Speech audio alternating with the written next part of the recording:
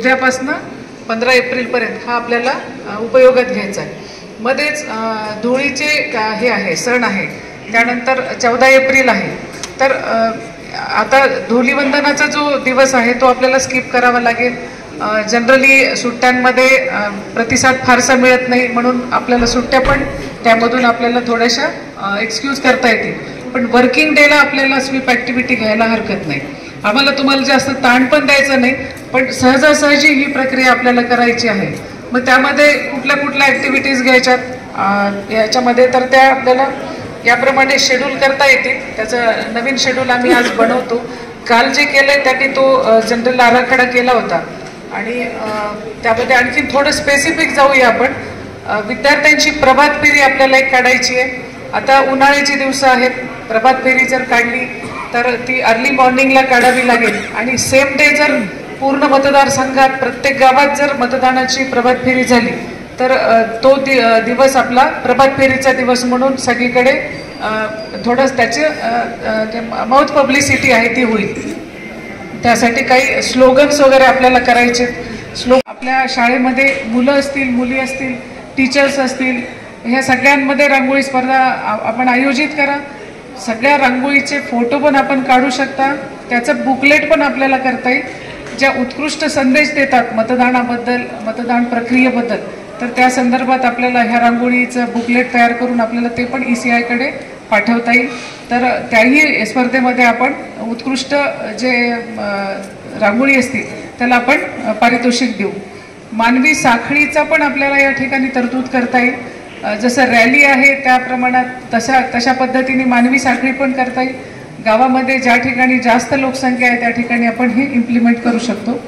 मतदारांची शपथ, मतदान करण्यासाठी प्रलोभन वगैरे हे पाळणार नाही, मतदान करणार, अशी जी 5-6 वाक्याची शपथ आहे ती आम्ही ग्रुपवर टाकतो। ती कुठलाही कार्यक्रम आपण जर घेतला तर ही मतदानाची शपथ आपण आवर्जून घ्यावी। एक चांगला मेसेज त्यातून आपला जाऊ शकतो आणि किमान त्याची चर्चा होते। तर जिथे जिथे तुम्ही कार्यक्रम घ्याल, महिला मेळावे घ्याल किंवा किशोरी मेळावे घ्याल, तरुणांचे मेळावे घ्याल, चुनाव पाठशाला घ्याल किंवा नुक्कड सभा आहे त्या घ्याल, तिथे हे सगळं आवर्जून मतदानाची शपथ घ्यायची आहे। जेवढी पण चित्रकला म्हणजे चित्र काढलेली आहेत त्याचं एक प्रदर्शन आपण तालुका स्तरावर ठेवू शकतो। तर उत्कृष्ट सादरीकरण ज्या चित्रातून होत आहे ती चित्र जर आम्हाला पाठवली तर आम्ही त्याचं इथं प्रदर्शन लावू आणि त्यासाठी लोकांनाही पाहण्याचं आवाहन करू। एक पब्लिक प्लेसमध्ये आपण ते प्रदर्शन लावू, तर ही एक चांगली ॲक्टिव्हिटी होईल। तुम्ही सगळ्यांनी त्यामध्ये सहभाग घ्यायचा आहे। घोषवाक्य स्पर्धा आहे, तुम्ही सगळे टीचर्स आहात, आपण मुलांसाठी पण घोषवाक्य स्पर्धा ठेवू शकतो किंवा तुम्ही सगळे घोषवाक्य तयार करा, आम्हाला पाठवा। ज्याचे उत्कृष्ट घोषवाक्य आहेत त्यांची घोषवाक्य आपण ECIला पण पाठवू आणि त्यामध्ये जे उत्कृष्ट असतील तर आपल्या स्तरावरून पण त्यांना आपण बक्षिसांची तरतूद करू। तर अशा ह्या ज्या ॲक्टिव्हिटी आहेत ह्या आपल्या सगळ्यांना घ्यायचं, त्याचं कॅलेंडर आम्ही तयार करून देणार आहोत। त्याच्यामध्ये डे बाय डे आपण कुठली स्पर्धा घ्यायची म्हणजे ॲट अ टाईम सगळ्या मतदारसंघात झाली तर एक युनिक मेसेज सगळीकडे जाईल आणि आपलं जे प्रोसिजर आहे मतदानाची आणि मतदान जनजागृतीची ही खूप चांगली होईल। आता हे का केलं पाहिजे? मतदानासाठी आपलं काहीतरी कर्तव्य आहे। भाषण स्पर्धाही आपल्याला घेता येईल, वक्तृत्व स्पर्धा, काही विषय आम्ही या ठिकाणी आता जे शेड्यूल करत आहोत त्यात विषय पण टाकून देऊ, त्याचे वक्तृत्व स्पर्धा घ्या। तुमचा जो चांगला उत्कृष्ट वक्ता आहे त्याचे जे काही स्पीचेस आहेत ते आपल्याला या ठिकाणी त्यांना उत्कृष्ट पारितोषिकही या ठिकाणी देता येईल। काही सेल्फी पॉईंट आपल्याला करता आले तर आपण करायचे आहेत। कंधार तहसील कार्यालयात, इथे नगरपालिका कार्यालयात जिथे जिथे मोठी आवक आहे त्या ठिकाणी आपल्याला मतदानाबाबत सेल्फी पॉईंट करायचे आहेत। तर ते आपल्यापैकी जे चित्रकला शिक्षक असतील तर त्यांनी त्या संदर्भात काही आयडियाज आल्या असतील तर त्या सुचवाव्यात, आपण त्याही इम्प्लिमेंट करू, आपण ते करून घेऊ। तर ज्याचा सेल्फी पॉईंट खूप चांगला असेल ज्या शाळेचा किंवा ज्या गावचा, त्याला पण आपण या ठिकाणी बक्षिसांचं प्रोव्हिजन ठेवूया। तर त्यामध्ये दोन्ही तालुक्यांमधून आपण तशी तरतूद आपण करूया। मोटरसायकल रॅली पण आपल्याला काढता येईल। आपल्या गावचे जे तरुण मुलं आहेत, मुली आहेत किंवा जे कोणी सायकलवर असेल, मोटरसायकलवर असेल, एक रॅली काढून आपण त्याचे पण पब्लिसिटी करू शकतो। तुमच्या ज्या ज्या ॲक्टिव्हिटी आहेत तुम्ही आपल्या फेसबुकवर, इंस्टाग्रामवर पण टाका आणि आपला एक स्वीपचा ग्रुप तयार करून त्याच्यावर पण आपण त्या संकलन करून आपण त्याला पब्लिसिटी देऊ शकतो. पथनाट्य काही आम्ही या ठिकाणी सेंट्रली करत आहोत, काही युवक तरुणींना घेऊन, काही तरुण मुलांना घेऊन ती पथनाट्य आम्ही करून मंडळची जी गावं आहेत, मोठी मोठी गावं, त्या ठिकाणी या पथनाट्याचं सादरीकरण होईल. कंधार आणि लोह्यामध्ये ज्या ठिकाणी चौक आहेत त्या ठिकाणी आपल्याला ते 5 ते 10 मिनिटाचं, त्याच्यापेक्षा जास्त ड्युरेशन घ्यायचं नाही, कारण उन्हाळ्याचे दिवस आहेत. शॉर्ट स्किटमध्ये आपल्याला ते करायचं आहे आणि असं शॉर्ट स्किटमधलं पथनाट्य जर आपण बसवलं तर त्याचा परिणाम खूप चांगला होतो. 2014 पासून जास्त प्रमाणात येत आहेत. आता स्वीप 4चा हा फेज चालू आहे. आपण पाहतो हे पूर्वी नव्हतं, म्हणजे आपणही बऱ्याचदा मतदान केलेलं आहे, पण मतदानाची टक्केवारी वाढण्यासाठी हे खूप मदतगार साबित झालेलं आहे. आपल्या इथं 69% मतदान मागच्या इलेक्शनला झालेलं आहे आपल्या एसीमध्ये. यावर्षी जर आपण खूप चांगल्या पद्धतीने स्वीप ॲक्टिव्हिटी घेतल्या तर आपल्याला 80% 85% पेक्षाही जास्त पुढे जाता येईल. तुम्हाला माहीतच असेल की यावेळेस कंडक्ट ऑफ इलेक्शन रूल्स 1961 मध्ये 27 AE मध्ये अमेंडमेंट झालेली आहे. त्याच्यामध्ये जे मतदार 85+ आहेत किंवा जे अगदीच पॅरलाइज आहेत तर त्यांचं मतदान हे पोस्टल बॅलेटद्वारे आपण करून घेणार आहोत. त्याचं सर्वेक्षण पण आपल्यापैकी बऱ्याच BLOनी झालेलं आहे, केलेलं आहे. तर अशा ह्या ज्या ॲक्टिव्हिटी आहेत, म्हणजे ऑलरेडी आपण एक 6 ते 7 हजार मतदारांपर्यंत ह्या मागच्या 8 दिवसांमध्ये पोहोचलेलो आहोत. म्हणजे जे अगदीच क्षीण आहेत, जे येऊ शकत नाही, अशा लोकांना सुद्धा आपण मेसेज दिलाय की आपल्याला मतदान करण्यासाठी मतदान केंद्रावर यायचं. शकत नसेल तर आपण त्याला घरी जाऊन त्याचं मतदान घेणार आहोत पोस्टल बॅलेटद्वारे. तुम्हाला जसं फॅसिलिटेशन सेंटरवर आपण मतदान घेतो, 12 नंबरचा फॉर्म आपण भरता आणि इलेक्शनमध्ये असेल तर आपण सगळेच राहणार आहात. इथे बसलेले सगळे इलेक्शन मशिनरीज आहात. तुम्हाला कुठल्या ना कुठल्या बूथवर प्रिसाइडिंग पोलिंग ऑफिसर म्हणून काम करायचंच आहे.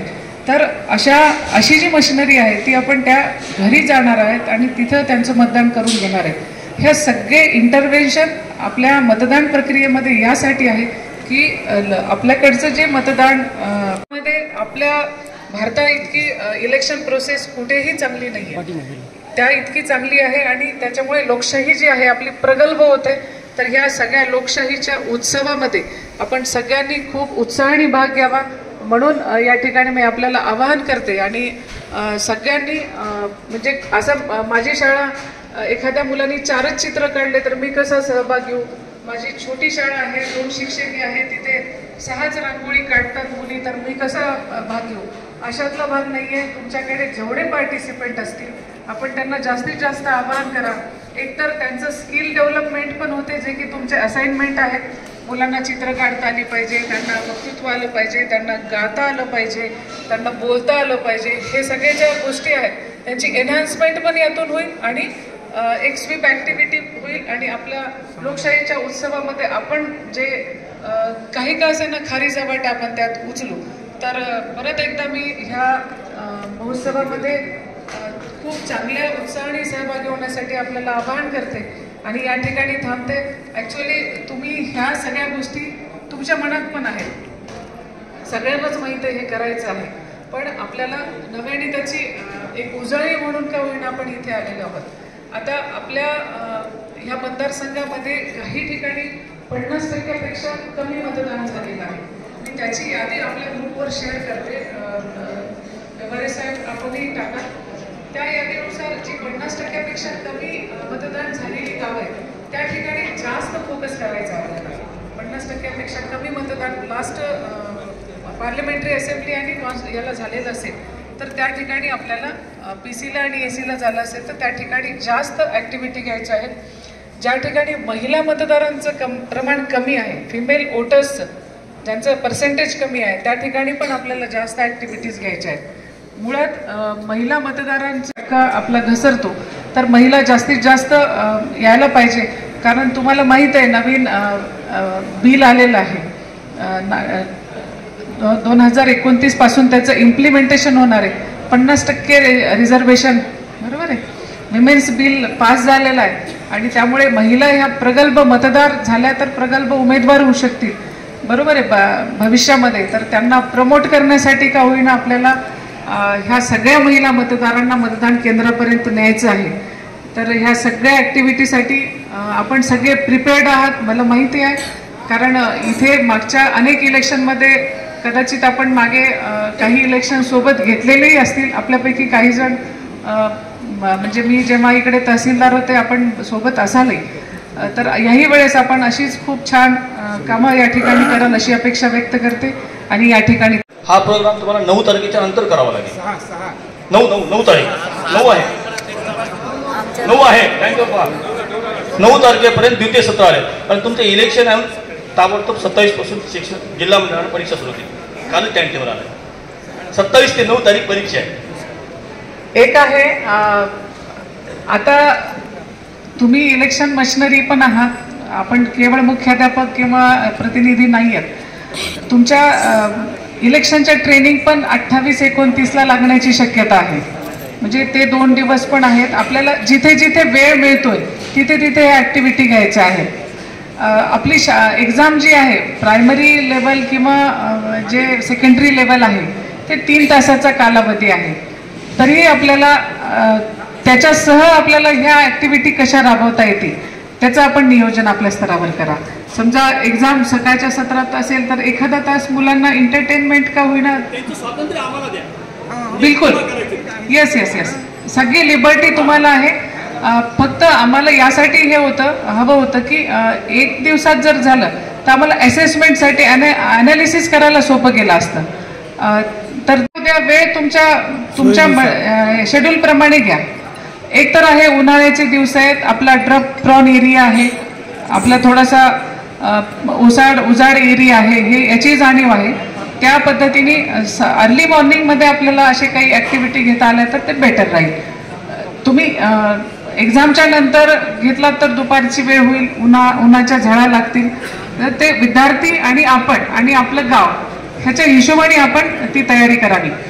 शाळेतच हे घ्यावं असं काही नाही. तुम्ही एखाद्या शाळेच्या बाहेर गावातील पब्लिक प्लेस आहे, गावातला एखादा चौक आहे, समजा रांगोळी स्पर्धा घ्यायची तर एखाद्या झाडाखाली जिथे रहदारी जास्त आहे आणि त्या ठिकाणी एखादी जागा प्रशस्त मिळत असेल त्या ठिकाणी स्पर्धा घ्या. म्हणजे तुमची ॲक्टिव्हिटी गाव पण पाहिल आणि एक गुड फेथ्स आपण जमा करू शकतो गाववाल्यांची. आपण जे उपक्रम सांगत आहोत ते विद्यार्थी निगडीत आहेत ना. कसं आहे लोकशाहीच्या महोत्सवामध्ये मतदारापर्यंत पोहोचणारा घटक म्हणजे शिक्षक आहे. आणि शिक्षकांना असं कारण सांगून जमणार नाही. त्याच्यामध्ये आपल्याला पॉझिटिव्ह थिंकिंग ठेवून आपल्याला हे सगळं करायचं आहे. कामं तर भरपूर, परीक्षा चालू आहे, प्रशिक्षण चालू आहेत, वेगवेगळी शाळेतली अंतर्गत पेपर तपासणी आहे, मॉडरेटिंग आहे, या सगळे कामं चालू आहेत. पण हे सगळे कामं करत करत आपल्याला हे मतदान जास्त होवं म्हणून हे आपल्याला उपक्रम घ्यायचे आहेत. आणि हे सगळे उपक्रम जे आहेत ते 1 तास 2 तासाचे आहेत, दिवसभराचा कोणताही उपक्रम नाही. प्रभात फेरी आहे, सकाळी आपल्याला 7:30-8च्या दरम्यान घ्यायचं आहे, 8:30-9 पर्यंत हे संपून जाणार आहे. चित्रकला स्पर्धा आहे ते 2 तास 2.5 तासाचे आहे, त्या दिवशी चित्रकला प्रदर्शन ठेवायचं आहे. सायकल रॅली आहे, हे सकाळचाच उपक्रम आहे. म्हणजे आपल्या शैक्षणिक क्षेत्र याच्यामध्ये कोणत्याही प्रकारचा अडथळा या उपक्रमामुळे येणार नाही. फक्त आपली थिंकिंग पॉझिटिव्ह आणि करायचं आहे अशी मनामध्ये धारणा ठेवून आपल्याला हे स्वीपचे उपक्रम सगळे घ्यायचे आहे. परीक्षा पण घ्यायच्याच आहे, कोणतंही काम टाळायचं नाही. म्हणून आपल्याला हे सगळं करणं अत्यावश्यक आहे.